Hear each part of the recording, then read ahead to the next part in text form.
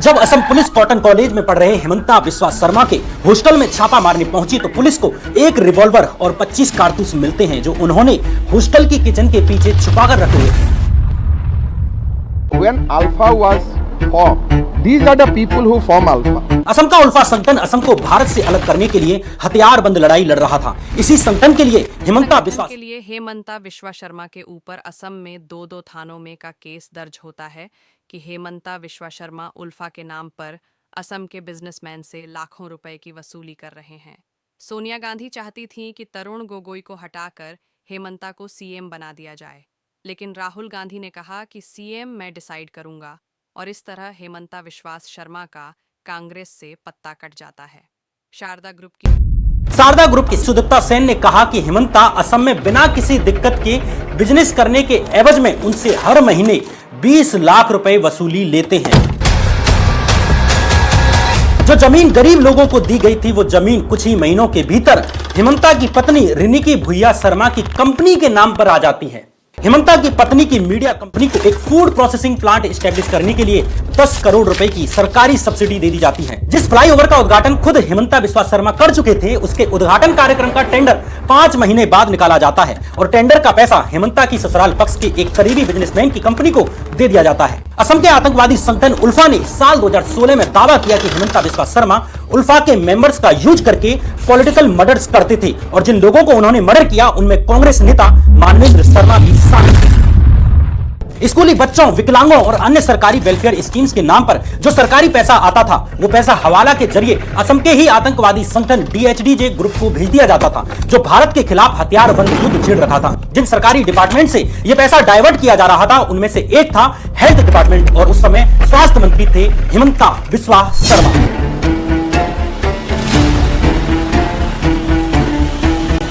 1 फरवरी 1969 को असम के जोरहाट में एक हाईली एजुकेटेड ब्राह्मण परिवार में एक लड़के का जन्म होता है। इस लड़के के पिता कैलाशनाथ शर्मा असम के जानी मानी राइटर थे। वहीं मां मृणालिनी देवी भी एक राइटर थी जो बाद में असम साहित्य सभा की वाइस प्रेसिडेंट बनती हैं। इस लड़के का नाम था हेमंता बिस्वा शर्मा। हेमंता का परिवार असम का मूल निवासी नहीं था। इनके पूर्वज सदियों पहले उत्तर प्रदेश के कन्नौज से असम आए थे। माना जाता है कि इनके पूर्वज शिक्षा देने के लिए असम में बसे थे। शुरुआती पढ़ाई के लिए हेमंता का एडमिशन गुवाहाटी के ही Kamrup academy higher secondary school में होता है। यहीं 6th क्लास की पढ़ाई के दौरान ही Hemanta All Assam students union यानी आसू के साथ जुड़ जाते हैं। इन दिनों आसू असम का सबसे बड़ा स्टूडेंट यूनियन था जो असमिया आइडेंटिटी की बात करता था। 1971 में बांग्लादेश की आजादी की लड़ाई के दौरान बहुत से बांग्लादेशी पाकिस्तानी सेना के जुल्म के कारण भारत के असम और बंगाल जैसे राज्यों में शरण ले रहे थे। इन लोगों की बढ़ती जनसंख्या को देखकर आसू यूनियन ने बंगालियों के खिलाफ एक बड़ा आंदोलन छेड़ दिया। उन दिनों हेमंता बिस्वा शर्मा स्कूल में पढ़ रहे थे और तभी वे आसू द्वारा चलाए जा रहे इस आंदोलन में शामिल हो जाते हैं। अगस्त 1979 में असम के कई छात्र और साहित्यिक संगठन बंगाली प्रवासियों के खिलाफ इकट्ठा हो जाते हैं और यहीं से होती है शुरुआत असम मूवमेंट की। इंदिरा गांधी के दोबारा सत्ता में आने के बाद साल 1981 आते आते कांग्रेस सरकार ने आसू पर क्रैकडाउन करना शुरू कर दिया। उन दिनों हेमंता हर शाम आसू की प्रेस रिलीज और अन्य मटेरियल लोगों के बीच में बांटने का काम करते थे। इसी दौरान हेमंता बिस्वा शर्मा आसू चीफ और असम मूवमेंट के फेस प्रफुल्ल कुमार महंत और उनके ही सहयोगी भृगु कुमार फुकन के कांटेक्ट में आते हैं और उनके इंपोर्टेंट काम करना शुरू कर देते हैं। इस तरह असम नेशनलिज्म के ये दोनों फेस हेमंता के शुरुआती मेंटर बन जाते हैं। साल 1985 में कांग्रेस गवर्नमेंट और आसू संगठन के बीच समझौता हो जाता है जिसे असम एकॉर्ड भी कहा जाता है। इस समझौते के साथ ही आसू का जो असम मूवमेंट था वो खत्म हो जाता है। इस वक्त तक हेमंता बिस्वा शर्मा भी स्कूल से पास आउट होकर गुवाहाटी के ही कॉटन कॉलेज में एडमिशन ले लेते हैं। यहां हेमंता 3 बार असम कॉलेज की स्टूडेंट यूनियन के जनरल सेक्रेटरी बनते हैं और इसी दौरान असम में United liberation front of Assam यानी उल्फा नाम के एक मिलिटेंट ऑर्गेनाइजेशन की शुरुआत होती है जो असम के लोगों के लिए एक अलग देश बनाने की मांग करता है। ये लोग हथियारबंद क्रांति में यकीन करते थे और 1990 आते आते इनका असम में काफी इन्फ्लुएंस बढ़ जाता है। साल 1990 में भारत सरकार ने उल्फा को एक टेररिस्ट ऑर्गेनाइजेशन घोषित करते हुए इस पर बैन लगा दिया। अब आप सोच रहे होंगे कि हेमंता की कहानी में यह आतंकवादी संगठन उल्फा की बात कहां से आ गई जो भारत को तोड़ने की बात करता था और अलग से असम देश बनाने की बात करता था। दरअसल साल 1991 में यानी जब हेमंता बिस्वा शर्मा कॉटन कॉलेज में स्टूडेंट पॉलिटिक्स कर रहे थे तभी उन पर आरोप लगते हैं कि वे आतंकवादी संगठन उल्फा के लिए शहर के बिजनेसमैन से लाखों रुपए की वसूली कर रहे हैं। इस तरह 1 जनवरी 1991 के दिन हेमंता के खिलाफ गुवाहाटी के पान बाजार पुलिस स्टेशन में terrorist and disruptive activities prevention act यानी कि टाड़ा का केस दर्ज हो जाता है। हेमंता पर यह भी आरोप लगता है कि जब पुलिस उनके कॉलेज के हॉस्टल पिस्तल की तलाशी लेने के लिए गई तो उसे वहां पर एक रिवॉल्वर और 25 कारतूस मिलते हैं जो उन्होंने एक किचन के पीछे छुपाकर रखे हुए थे। इसके लिए उन पर आर्म्स एक्ट की धाराएं भी लगती हैं। 28 मार्च 1991 के दिन हेमंता पर दोबारा से चांदमारी पुलिस स्टेशन में टाड़ा का केस दर्ज किया जाता है। इस बार हेमंता पर आरोप लगा कि वो मारपीट और जान से मारने की धमकी देकर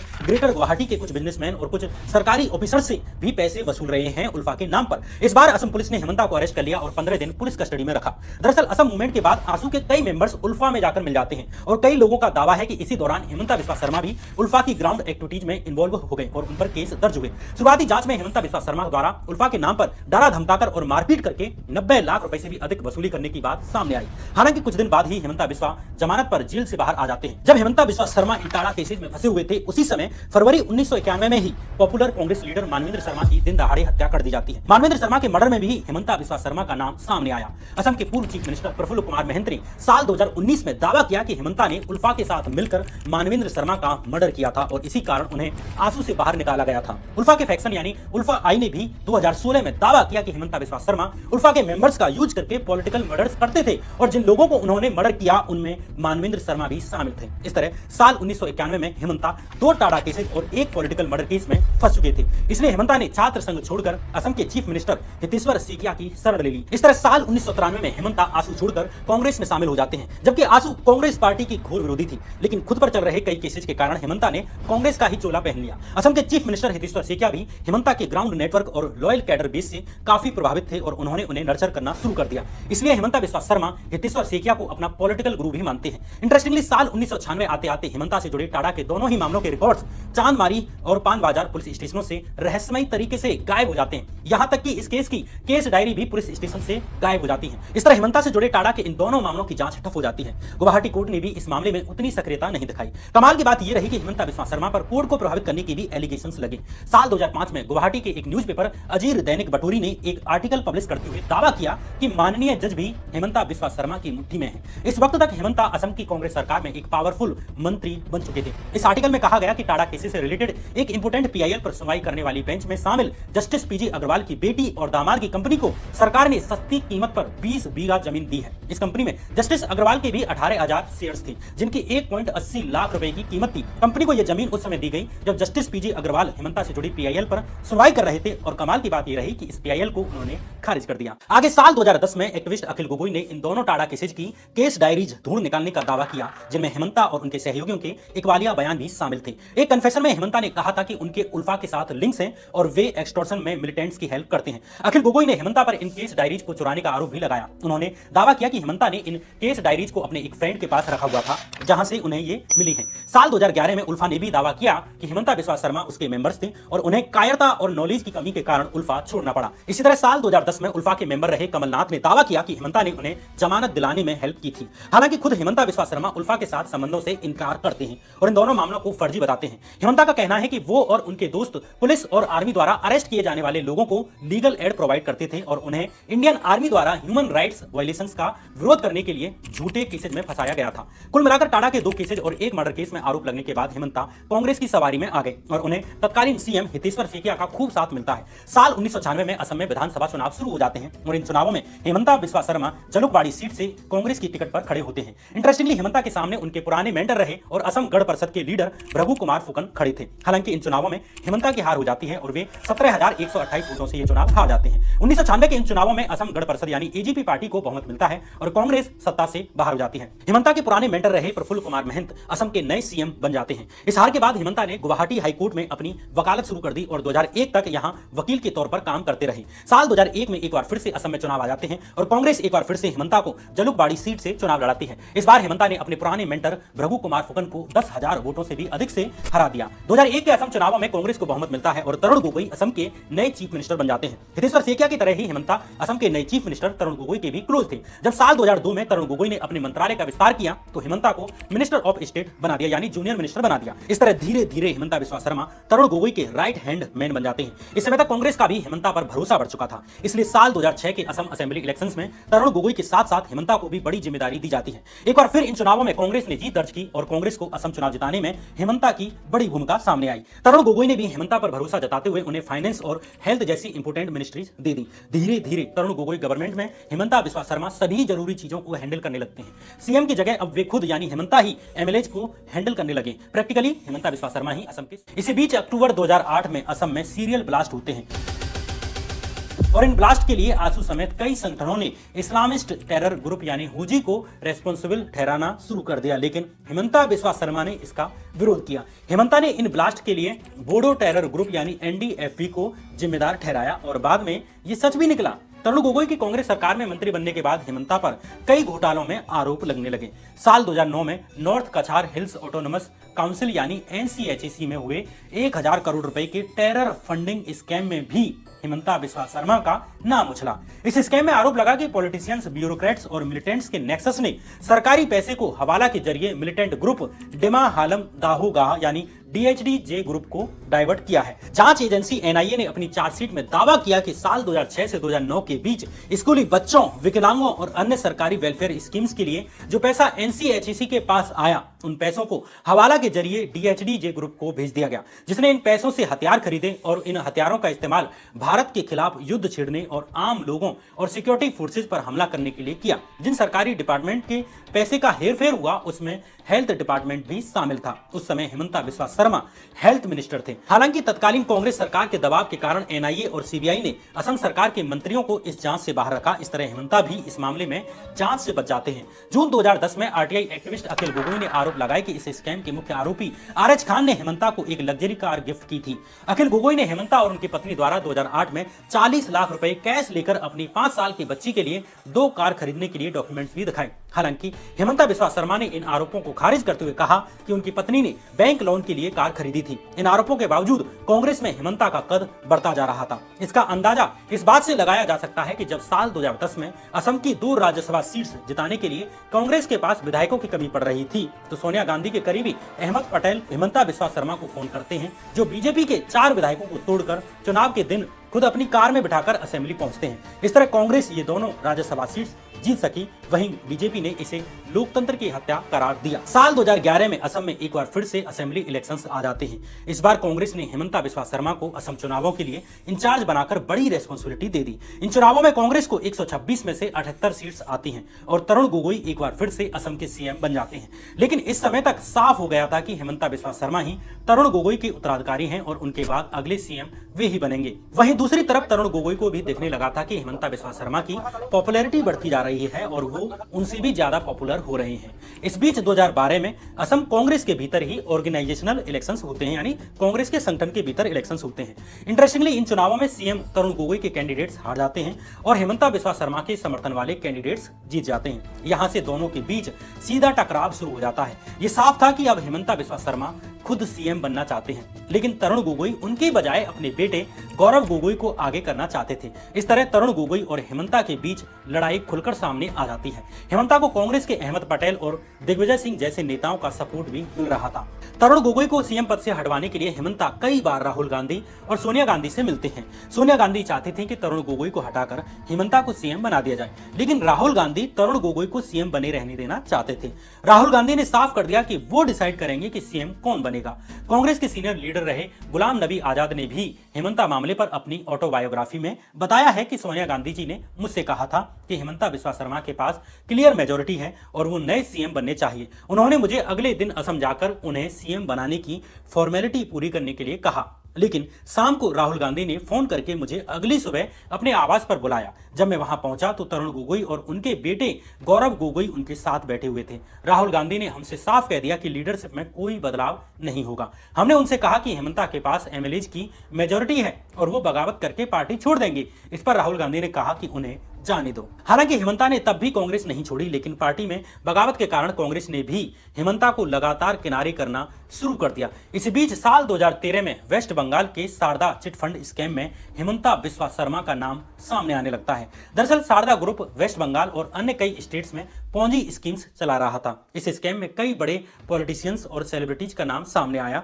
जिनमें हेमंता बिस्वा शर्मा भी शामिल थे। साल 2013 में शारदा ग्रुप की चीफ सुदीप्ता सेन ने सीबीआई को लिखे लेटर में आरोप लगाया कि हेमंता बिस्वा शर्मा ने उन्हें चीट किया और उनसे 3 करोड़ रुपए लिए थे। इकोनॉमिक टाइम्स की रिपोर्ट के अनुसार सुदीप्ता सेन ने आरोप लगाया कि हेमंता असम में बिना किसी दिक्कत के बिजनेस करने के एवज में उनसे हर महीने 20 लाख रुपए वसूलते हैं। शारदा चिट फंड स्कैम में नाम आने के वक्त हेमंता कांग्रेस में ही बने हुए थे। ये वो दौर था जब नरेंद्र मोदी का उभार हो रहा था। 2014 लोकसभा चुनाव के प्रचार के दौरान हेमंता ने नरेंद्र मोदी पर अटैक करते हुए कहा कि गुजरात में पानी की पाइपों से मुसलमानों का खून बहता है, हम एनआरसी को रिजेक्ट करते हैं, हिंदू मुस्लिम्स की पॉलिटिक्स को रिजेक्ट करते हैं और हिंदू मुस्लिम के नाम पर वोट नहीं मांगते। जब हेमंता के इस बयान पर विवाद हुआ तो हेमंता ने अपने ट्विटर पर बाकायदा लिखा कि वे हार्डकोर कांग्रेसमैन हैं। हालांकि इन चुनावों में भाजपा की जीत हो जाती है और नरेंद्र मोदी देश के नए प्रधानमंत्री बन जाते हैं। नरेंद्र मोदी के केंद्र में आते ही अगस्त 2014 में सीबीआई ने हेमंता बिस्वा शर्मा के घर पर और उनकी पत्नी के न्यूज चैनल पर छापा मार दिया। हेमंता से घंटों पूछताछ की जाती है। इस छापे के बाद हेमंता बिस्वा शर्मा ने कहा कि वे तब तक इलेक्शन नहीं लड़ेंगे जब तक कि उनका नाम इस केस से क्लियर नहीं हो जाता। इधर हेमंता को कांग्रेस में पहले ही साइडलाइन कर दिया जा रहा था और दूसरी तरफ वे इस स्कैम में घिर गए। इन परिस्थितियों में हेमंता ने बीजेपी और आरएसएस के नेताओं जैसे राम माधव से संपर्क साधना शुरू कर दिया। 2015 आते आते हेमंता का बीजेपी में शामिल होना फाइनल हो जाता है। जुलाई 2015 में हेमंता भाजपा ज्वाइन करने के लिए दिल्ली पहुंचते हैं, लेकिन हेमंता के बीजेपी में आने से हर कोई खुश नहीं था। हेमंता के भाजपा ज्वाइन करने से ठीक पहले ही असम बीजेपी के लीडर सर्बानंद सोनोवाल और जूनियर होम मिनिस्टर किरण रिजिजू एक प्रेस कॉन्फ्रेंस करते हैं, जिनमें हेमंता पर लुई बर्जर घोटाले में शामिल होने का आरोप लगाते हैं। कंपनी ने अमेरिका की एक कोर्ट को बताया था कि उसने गोवा और असम में वाटर मैनेजमेंट कंसल्टेंसी प्रोजेक्ट्स पाने के लिए अधिकारियों और एक मिनिस्टर को करोड़ों रुपए की रिश्वत दी थी। तब हेमंता बिस्वा शर्मा गुवाहाटी डेवलपमेंट डिपार्टमेंट के मिनिस्टर इंचार्ज थे, इसलिए हेमंता बिस्वा शर्मा सबके घेरे में आ जाते हैं। सर्बानंद सोनोवाल और किरण रिजिजू ने लुई बर्जर स्कैम पर एक बुकलेट जारी करते हुए हेमंता बिस्वा को इस स्कैम का की सस्पेक्ट बताया था। ये प्रेस कॉन्फ्रेंस तब की गई जब हेमंता अगले ही दिन भाजपा ज्वाइन करने जा रहे थे, लेकिन इस प्रेस कॉन्फ्रेंस ने हेमंता का प्लान फेल कर दिया। हालांकि इसके एक महीने बाद ही हेमंता बिस्वा शर्मा बीजेपी में शामिल हो जाते हैं। हेमंता को भाजपा में ज्वाइन कराने के पीछे आरएसएस का बड़ा हाथ था। असम में मुस्लिम पॉपुलेशन ठीक ठाक होने के कारण आरएसएस का असम की राजनीति में काफी इंटरेस्ट रहा है, इसलिए भी आरएसएस की तरफ से हेमंता को फुल सपोर्ट दिया गया और उनकी भाजपा में एंट्री हो सकी। बीजेपी में शामिल होने के बाद लुई बर्जर स्कैम की सीबीआई इन्वेस्टिगेशन आगे नहीं बढ़ सकी, क्योंकि लुई बर्जर स्कैम से रिलेटेड 7 फाइलें जेएमडीए ऑफिस से गायब हो जाती हैं, ठीक उसी तरह से जैसे टाडा केसेज की केस डायरीज गायब हुई थी। इसके साथ ही हेमंता से जुड़े शारदा चिट फंड स्कैम घोटाले का मामला भी शांत पड़ जाता है।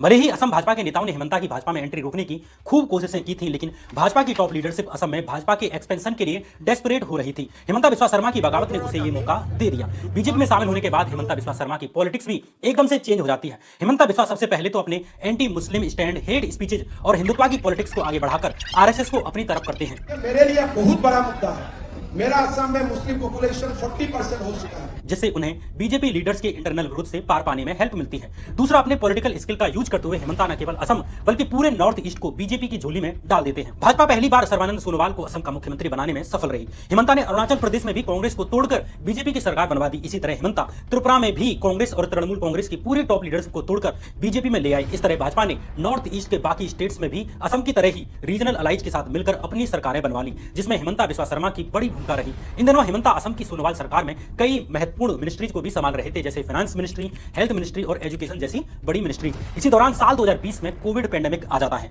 कोविड पेंडेमिक में भी हेमंता बिस्वा शर्मा पर एक गंभीर आरोप लगा। दवाई की रिपोर्ट के अनुसार 2020 में जब वे हेल्थ मिनिस्टर थे, तब लॉकडाउन से ठीक पहले उनकी पत्नी की कंपनी जेसीबी इंडस्ट्रीज को अधिक कीमतों पर 5000 पीपीई किट्स सप्लाई करने का अर्जेंट ऑर्डर दिया गया। जेसीबी इंडस्ट्रीज को 990 रुपए पर किट के हिसाब से ऑर्डर दिया गया, जबकि उसी दिन एक अन्य कंपनी से 600 रुपए के रेट पर पीपीई किट्स खरीदी गई थी। इसमें भी इंटरेस्टिंग बात यह कि हेमंता की पत्नी की कंपनी को पीपीई किट बनाने का पहले कोई एक्सपीरियंस नहीं था। ये कंपनी अपना ऑर्डर भी पूरा नहीं कर पाई और इसने मात्र 1485 पीपीई किट्स सप्लाई की। इसके कारण ये अर्जेंट ऑर्डर कैंसिल भी करना पड़ा। कोविड पेंडेमिक के बीच ही मार्च और अप्रैल 2021 में असम में असेंबली इलेक्शंस होते हैं। भाजपा ने इस बार का असम इलेक्शन हेमंता की लीडरशिप में ही लड़ा और हेमंता इस भरोसे पर पूरी तरह खरे उतरे।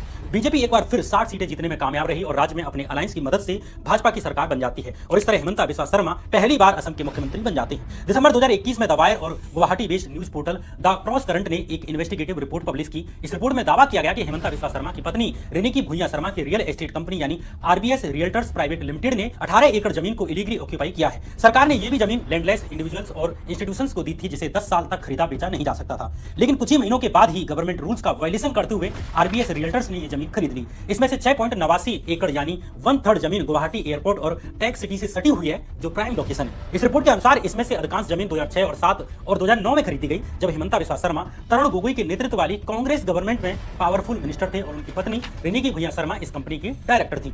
माना जाता है कि RBS realtors private limited company के नाम में जो आरबीएस है वो रिनिकी भुइयां शर्मा का शॉर्ट फॉर्म है। साल 2009 में रिनिकी भुइयां शर्मा ने कंपनी का डायरेक्टर पद छोड़ दिया। बाद में कंपनी का नाम आरबीएस रियल्टर्स से बदलकर वशिष्ठ रियल्टर्स कर दिया गया। साल 2017 में कंपनी के शेयर्स रिनिकी भुइयां शर्मा की मां मीना भुइयां को ट्रांसफर कर दिए गए, जो उन्होंने 2019 में हेमंता बिस्वा शर्मा के बेटे नांदिल बिस्व शर्मा के 18 साल पूरे होने पर उन्हें ट्रांसफर कर दिए। इनके जरिए नांदिल बिस्व शर्मा के पास इस कंपनी में 15.9% हिस्सेदारी है और वो इलीगल तरीके से खरीदी गई जमीन के हिस्सेदार हैं। हालांकि कंपनी ने रिपोर्ट में लगाए गए सभी आरोपों को खारिज करते हुए कहा कि उसने कोई भी कानून तोड़े बिना ये जमीनें खरीदी हैं। ये हेमंता बिस्वा शर्मा और उनकी फैमिली पर लगा एकमात्र आरोप नहीं था। अप्रैल 2023 में द वायर और द क्रॉस करंट ने ही एक और रिपोर्ट पब्लिश की। इस रिपोर्ट के अनुसार हेमंता सरकार ने गुवाहाटी में एक फ्लाईओवर का इनॉग्रेशन करने के 5 महीने बाद अपने ही एक क्लोज आदमी की कंपनी को इसके इनॉग्रेशन का ही टेंडर जारी कर दिया। वायर की रिपोर्ट के अनुसार हेमंता बिस्वा शर्मा ने 4 नवंबर 2021 को गुवाहाटी में 2 लेन फ्लाईओवर का इनॉग्रेशन किया था, जिसका चौतरफा प्रचार किया गया। लेकिन इंटरेस्टिंगली हेमंता बिस्वा शर्मा की सास और उनके परिवार से संबंधित कारोबारी भास्कर शर्मा की कंपनी को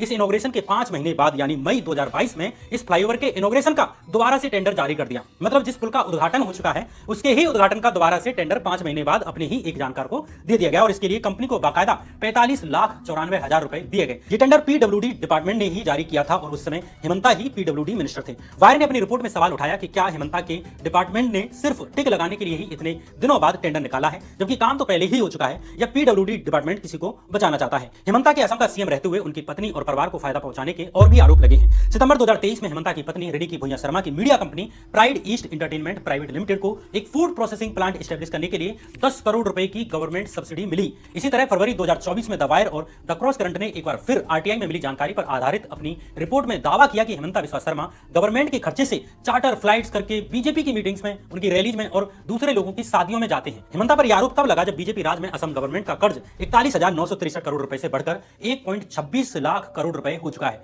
बीजेपी ज्वाइन करने के बाद हेमंता बिस्वा शर्मा की पॉलिटिक्स में एक और बड़ा चेंज आया। जहां कांग्रेस में रहते हुए वे सेक्युलर इंडिया की बात करते थे और नरेंद्र मोदी के खिलाफ बयान देते थे, वे ही हेमंता भाजपा में आने के बाद नरेंद्र मोदी से भी अधिक एंटी मुस्लिम स्टैंड लेने लगे और खुद को हिंदुत्व के पोस्टर बॉय के तौर पर दिखाना शुरू कर देते हैं।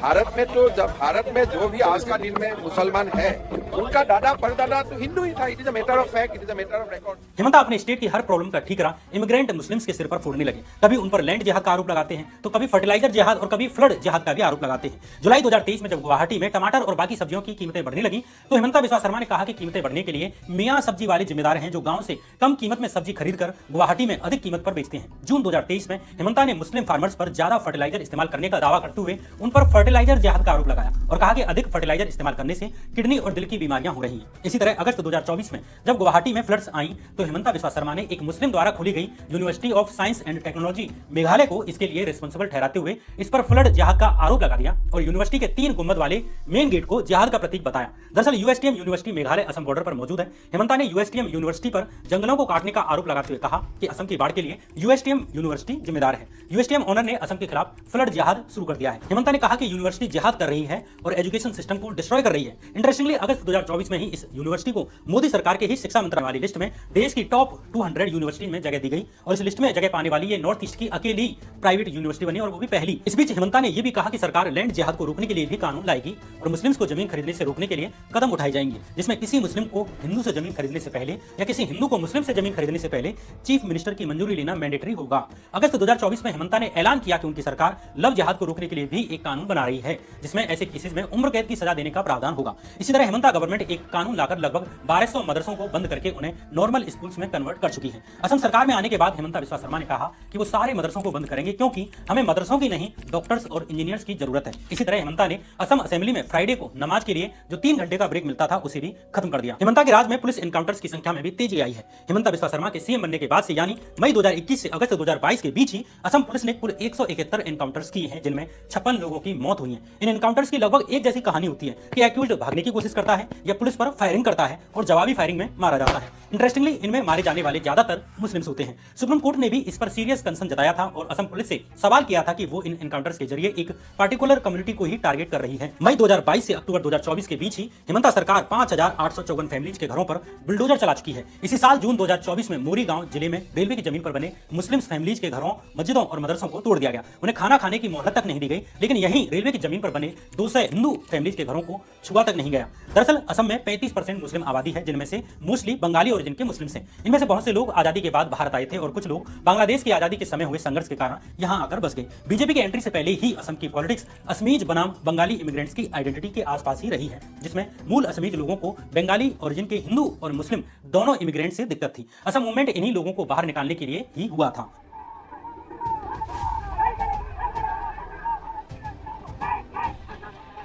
इस मूवमेंट के बाद असम अकॉर्ड हुआ, जिसमें 24 मार्च 1971 से पहले असम आने वाले बंगालियों को भारतीय नागरिकता दे दी गई और इसके बाद आने वाले इमिग्रेंट्स को इलीगल माना गया। बीजेपी और आरएसएस ने कभी इस समझौते को स्वीकार नहीं किया और यही कारण है कि हिमंता बिस्वा शर्मा लगातार इमिग्रेंट बंगाली मुस्लिम्स को असम की सारी प्रॉब्लम्स की जड़ें बताते हैं, उनका डर दिखाते हैं, उनके खिलाफ हेट स्पीचेज देते हैं ताकि बाकी 65% आबादी को पोलराइज कर सकें और अपनी साइड में ले सकें। इसका फायदा हिमंता और भाजपा को अपर असम में खूब मिला, जहां हिंदुओं की संख्या ज्यादा है। बीजेपी लीडरशिप ने हिमंता को लगभग खुली छूट दे रखी है और वे असम को अपने हिसाब से चलाते हैं। हिमंता बिस्वा शर्मा ये सब कर पाते हैं क्योंकि नॉर्थ ईस्ट की लोकल पार्टीज में इनके कनेक्शंस हैं। लोकल पार्टी छोड़िए, कांग्रेस में भी हिमंता के तगड़े कनेक्शंस हैं। 2021 असम असेंबली इलेक्शंस के दौरान राहुल गांधी ने अपने खास सीनियर लीडर्स के साथ मिलकर जो स्ट्रेटजी बनाई और बातचीत की, उसकी ऑडियो उसी रात हिमंता बिस्वा शर्मा के पास पहुंच गई। गेस्ट हाउस में मौजूद एक लोकल कांग्रेसी लीडर ने ये सारी बातचीत रिकॉर्ड कर ली थी और हिमंता बिस्वा शर्मा तक पहुंचा दी थी। इसके अलावा हिमंता बिस्वा शर्मा की पत्नी रिनिकी भुइयां शर्मा की pride east entertainment private limited नाम की मीडिया कंपनी है, जिसके कई न्यूज चैनल, अखबार, न्यूज पोर्टल्स हैं। इसमें न्यूज लाइव नाम का एक चैनल भी है जो असम का सबसे ज्यादा देखे जाने वाला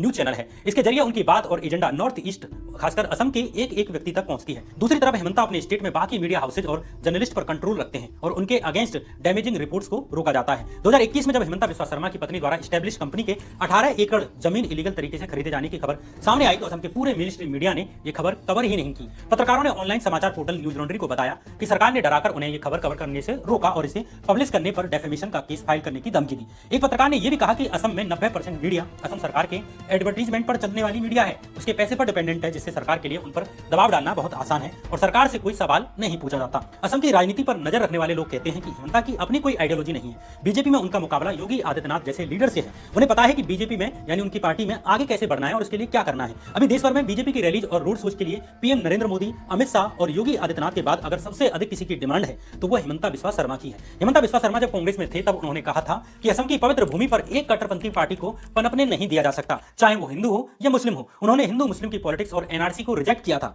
लेकिन अब वे खुद ही हिंदू मुस्लिम के नाम पर वोट मांगते हैं। हिमंता बिस्वा शर्मा की आइडियोलॉजी पार्टी की जरूरत के हिसाब से बदलती रहती है। उन्होंने आंसू से अपनी पॉलिटिकल करियर की शुरुआत की थी, जो कि कांग्रेस के घोर खिलाफ थी, लेकिन जब टाडा और कांग्रेस लीडर के मर्डर केसेज में फंसे तो कांग्रेस में शामिल हो जाते हैं और आगे जब शारदा चिट फंड मामले में फंसते हैं और लुइस बर्जर स्कैम में फंसते हैं तो कांग्रेस छोड़कर उसके एकदम उलट यानी विरोधी पार्टी बीजेपी में शामिल हो जाते हैं। अब इनमें से असली हिमंता बिस्वा शर्मा कौन से हैं? आंसू वाला जो असमीज शोविनिज्म की बात करता था, या कांग्रेस वाला जो हिंदू मुस्लिम की कम्युनल पॉलिटिक्स को रिजेक्ट करता था, उसके अगेंस्ट लड़ता था, या बीजेपी वाला जिसका मुस्लिम्स को गाली दिए बिना खाना नहीं पचता? इसे लेकर आपका क्या मत है कमेंट बॉक्स में हमें बता दें। एक व्यक्तिगत अपील, अगर आप इस वीडियो को लाइक करेंगे, कमेंट करेंगे और सब्सक्राइब करेंगे तो हमारा मनोबल बढ़ता है। हिमंता बिस्वा शर्मा पर ऐसी वीडियो शायद ही इंटरनेट पर मौजूद हो। हम अपने छोटे से संसाधनों से ऐसी खबरें लाने की कोशिश करते हैं जिन्हें मेन स्ट्रीम मीडिया में कभी भी देखने को नहीं मिलता। इसलिए आपका एक एक शेयर इस चैनल को बढ़ाने में मदद करता है। मैंने